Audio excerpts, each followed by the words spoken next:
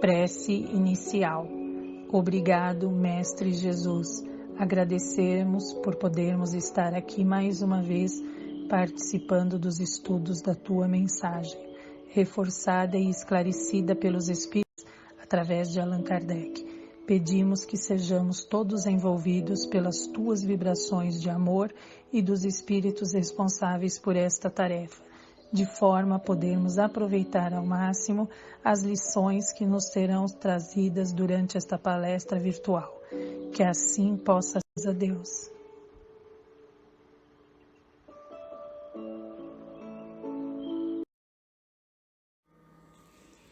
Olá, estamos começando mais uma palestra virtual. O tema de hoje é Perda de Pessoas Queridas.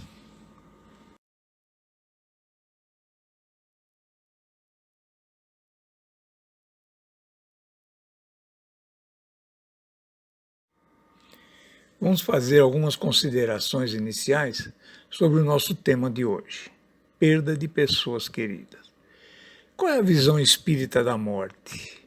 Para entender a atitude dos espíritos diante da perda de entes queridos, é preciso entender a visão espírita da morte. O que é a morte para o espírita? Em primeiro lugar, é a destruição do corpo físico, que é um fenômeno comum a todos os seres biológicos. Além disto, a morte é um instante em meio a um caminho infinito. Em terceiro lugar, a morte é uma transição e não um ponto final. E o que representa a morte para o espírito?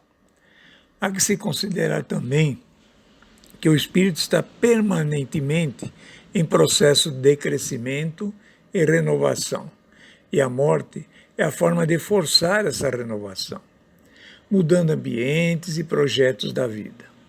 Essa visão um tanto pragmática e aparentemente fria da morte não exclui a existência de sentimentos e emoções, porque tanto quanto sentimos mais ou menos fortemente a separação geográfica entre duas pessoas, quando uma viaja para um lugar longe de onde a gente está, e ansiamos por reencontrarmos aqueles que estão tão longe, assim também ansiamos por ter novamente conosco os que se foram pela morte.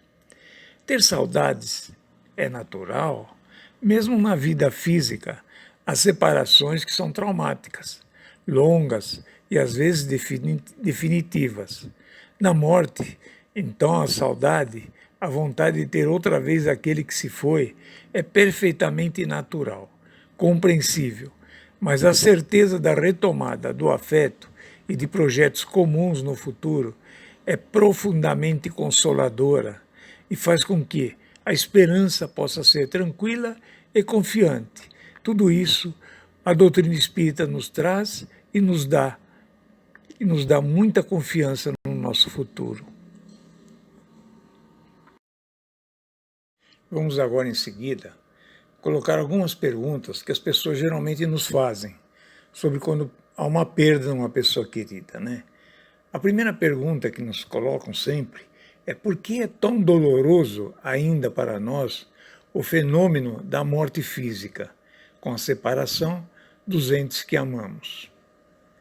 Exatamente porque os amamos, queremos tê-los continuamente junto a nós.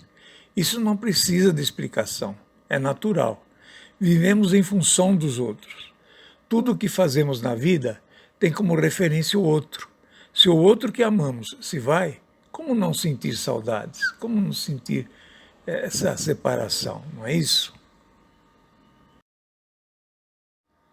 Uma segunda pergunta, que vira e mexe alguém faz, é: perdi minha tia-avó, ou talvez um outro parente, ou alguém muito chegado, um ente muito querido, há mais de um ano, e até agora não sonhei com ela. Isto sinaliza que ela está bem no outro mundo, no lado espiritual? É uma pergunta quase comum que fazem, né? Há muitas razões, a maior parte delas de difícil identificação, para que a comunicação entre os desencarnados e os encarnados não se estabeleça. Não temos informação precisa sobre o que um espírito desencarnado está fazendo. Qual a sua disposição atual?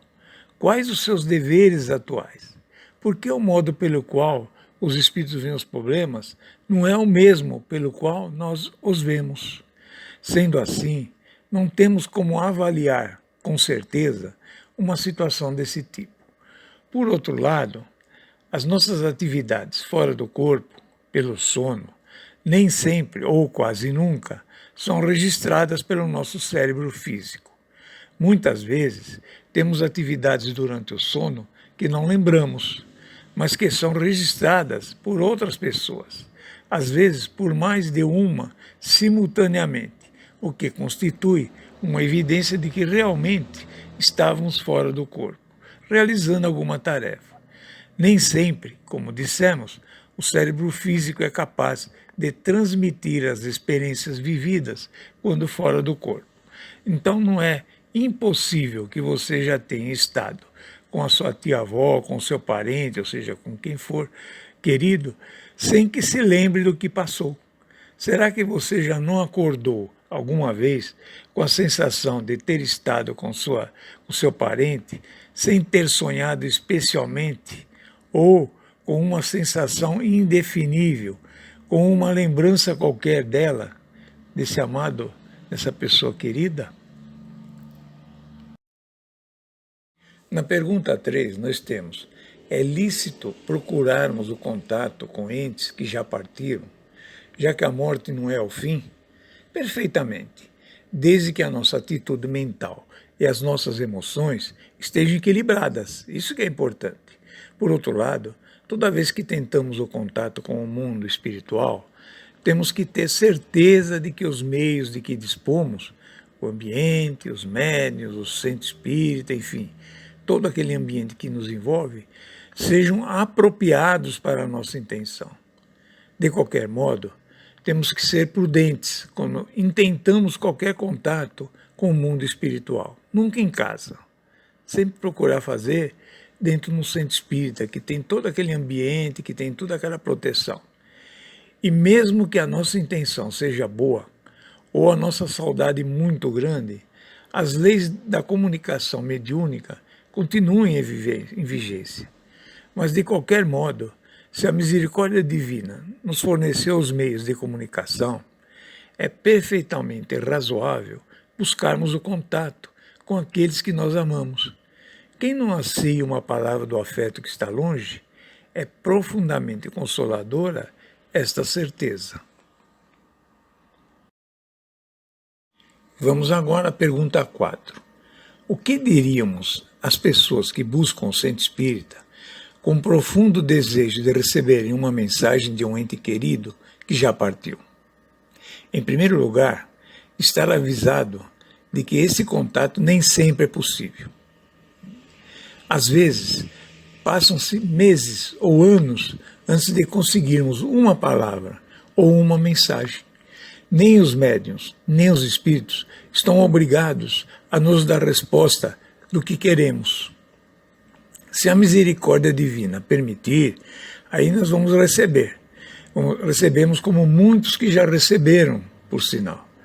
As evidências para alguns de nós são numerosíssimas.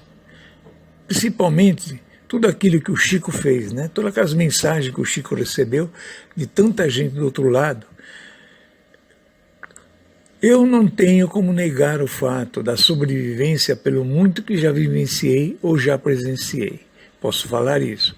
Principalmente quando vejo o que o Chico escreveu, o que o Chico psicografou, o que o Chico fez, o seu livro das mães, por exemplo, muito bonito. Então, nós não temos dúvida quanto a isso. Uma outra pergunta que é muito feita no centro, né? Está aqui como número 5. Qual a garantia de estarmos nos comunicando com os nossos verdadeiros entes? As evidências para a comunicação entre mortos e vivos são de dois tipos. São subjetivas ou objetivas. As evidências objetivas são confirmações externas, através de fatos objetivos que deixam motivo para muitas poucas dúvidas. É claro que, como acontece com a própria pesquisa científica, sempre se pode levantar hipóteses explicativas para os fenômenos. O que se faz é levar em conta a soma de evidências, que levam quase sem deixar dúvidas a se aceitar que o fenômeno foi genuíno. Mesmo na pesquisa científica, isso também acontece. Na realidade, nada é definitivamente provado em ciência. Mas para muitas coisas, o peso das evidências a favor de uma determinada explicação é tão grande que, do ponto de vista prático, é como se estivesse provado. Assim também com os fatos mediúnicos. Mas existem também as evidências subjetivas, e essas são pessoais e intransferíveis. Eu não posso provar a uma outra pessoa que sonhei com um ente querido, e que isso significa que eu realmente estive com ele. Mas, interiormente, dentro de mim, dentro do meu ser, eu tenho certeza pelo realismo das cenas vividas, oniricamente e por detalhes que me trazem uma certeza interior que não pode ser transferida. E quando isto acontece, não me importa absolutamente o que o outro possa pensar da minha experiência. Na pergunta 6, nós temos o seguinte: as perdas vivenciadas por qualquer encarnado, no caso de um fim do relacionamento, de amizade, de desafeto, decepções com pessoas, né? Um divórcio, toda a separação, todos esses fins de relacionamentos que nós temos, quando acompanhados do sentimento de resignação e capacidade de perdão da nossa parte, eles podem se tornar um aprendizado, um treinamento que nos levariam a entender melhor o que ocorre na perda dos entes queridos. Certamente que é um aprendizado da renúncia, a certeza de que não somos donos de nada, nem de ninguém, e que o que temos num certo momento nos pode ser tirado no outro, e continuamos vivendo e continuamos lutando, sempre com a visão no futuro.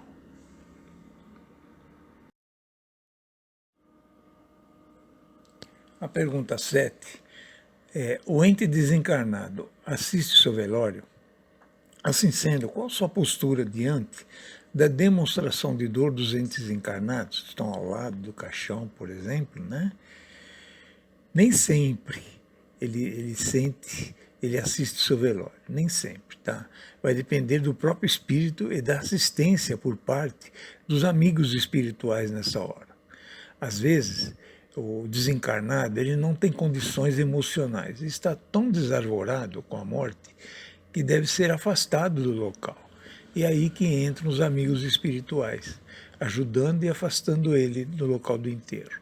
Outras vezes, o seu estado de perturbação é tal que ele não tem consciência do que está passando. Ele acha que está vivo ainda, ele faz parte lá do enterro.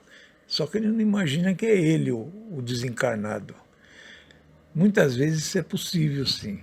O ente que desencarnou, assistiu o velório. Muitas vezes é possível, sim.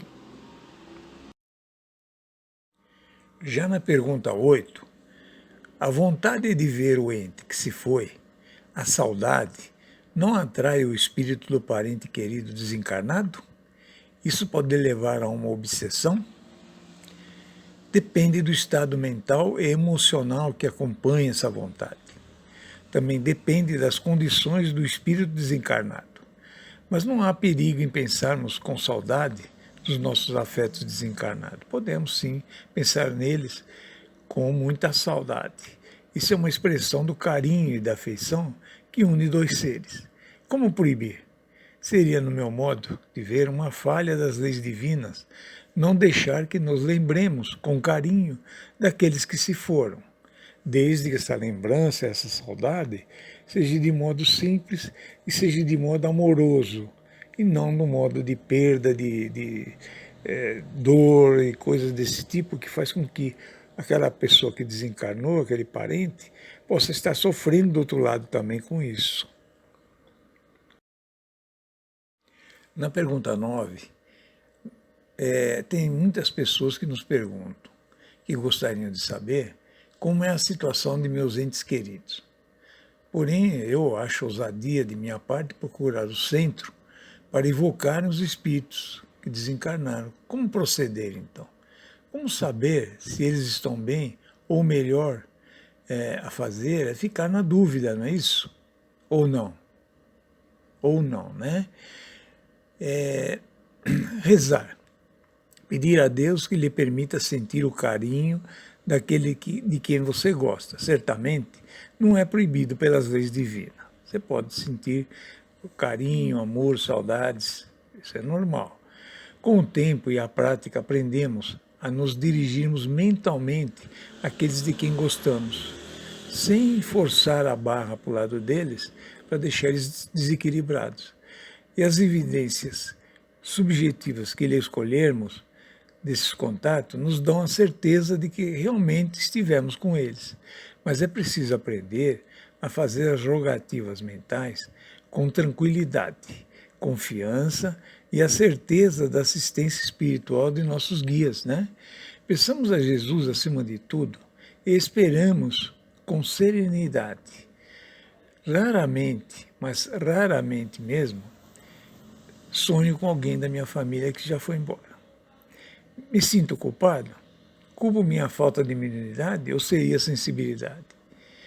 Reforçando a pergunta que foi feita, que nós falamos assim, a pergunta 9, será que meu pai, ou parente, ou aquela pessoa amada que já partiu, tentou se comunicar comigo, seja por sonho ou qualquer outra forma de comunicação, e por minha falta de sensibilidade não consegui a sintonia?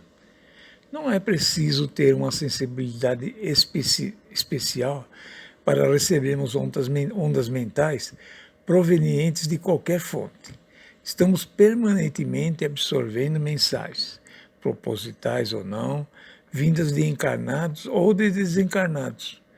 Como eu disse anteriormente, diagnosticamos com certeza as causas da falha de comunicação. É extremamente difícil. Muito difícil para a gente saber se a nossa sensibilidade ou não está funcionando.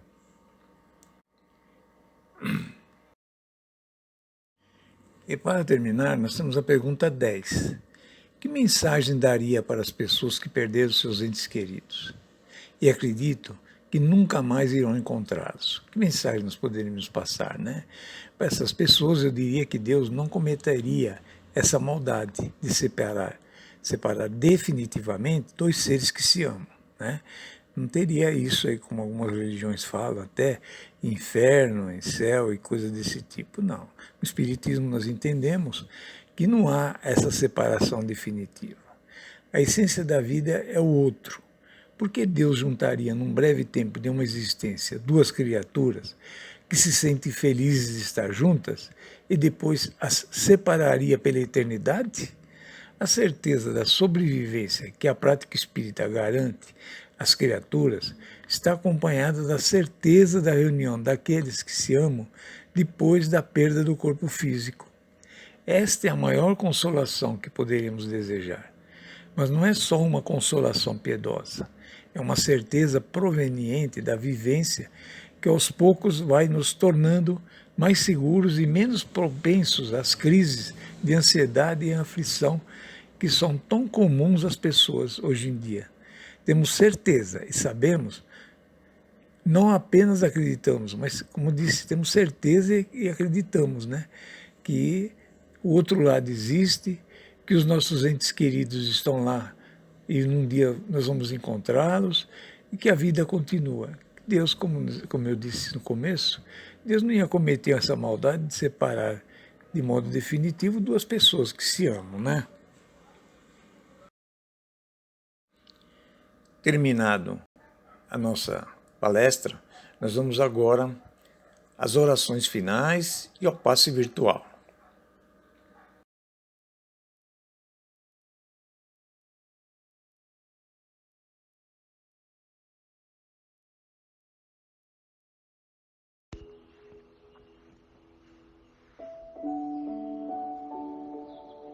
Prece final. Amigo Jesus, encerrando mais uma etapa onde Através de um bate-papo fraterno, estamos aprendendo o que já nos deixaste há tanto tempo, mas que só agora está entrando em nós. Obrigado, amigo, por estes amigos do canal que se esforçam em manter vivas nossas esperanças. Muito obrigado, assim seja.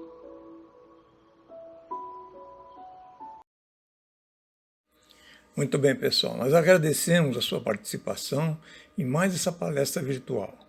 Não esqueça de colocar seus comentários e fazer sua inscrição no final desse vídeo. Em seguida, agora, nós vamos oferecer o passe virtual. Fiquem ligados nesse vídeo, pois será em seguida uma continuação do vídeo. Até a próxima segunda e fiquem com Deus.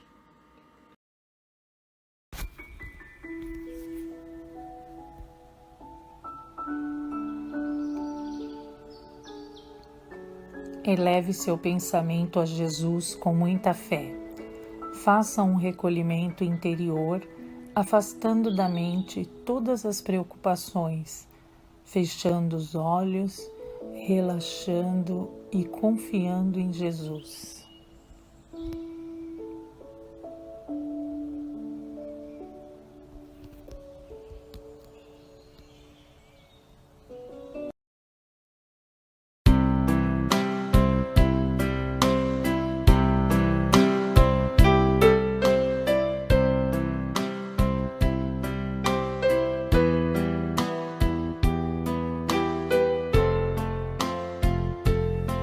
Deus, nosso Pai, que tendes poder e bondade, dai força àquele que procura a verdade.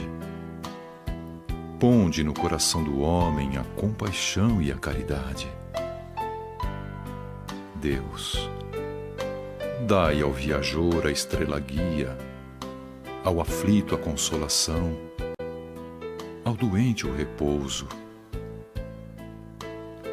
Pai, dai ao culpado o arrependimento, ao espírito a verdade, à criança o guia, ao órfão o pai. Que vossa bondade se estenda sobre tudo o que criastes. Piedade, Senhor, para aquele que não vos conhece, esperança para aquele que sofre. Que vossa bondade permita aos Espíritos Consoladores derramarem por toda parte a paz, a esperança e a fé.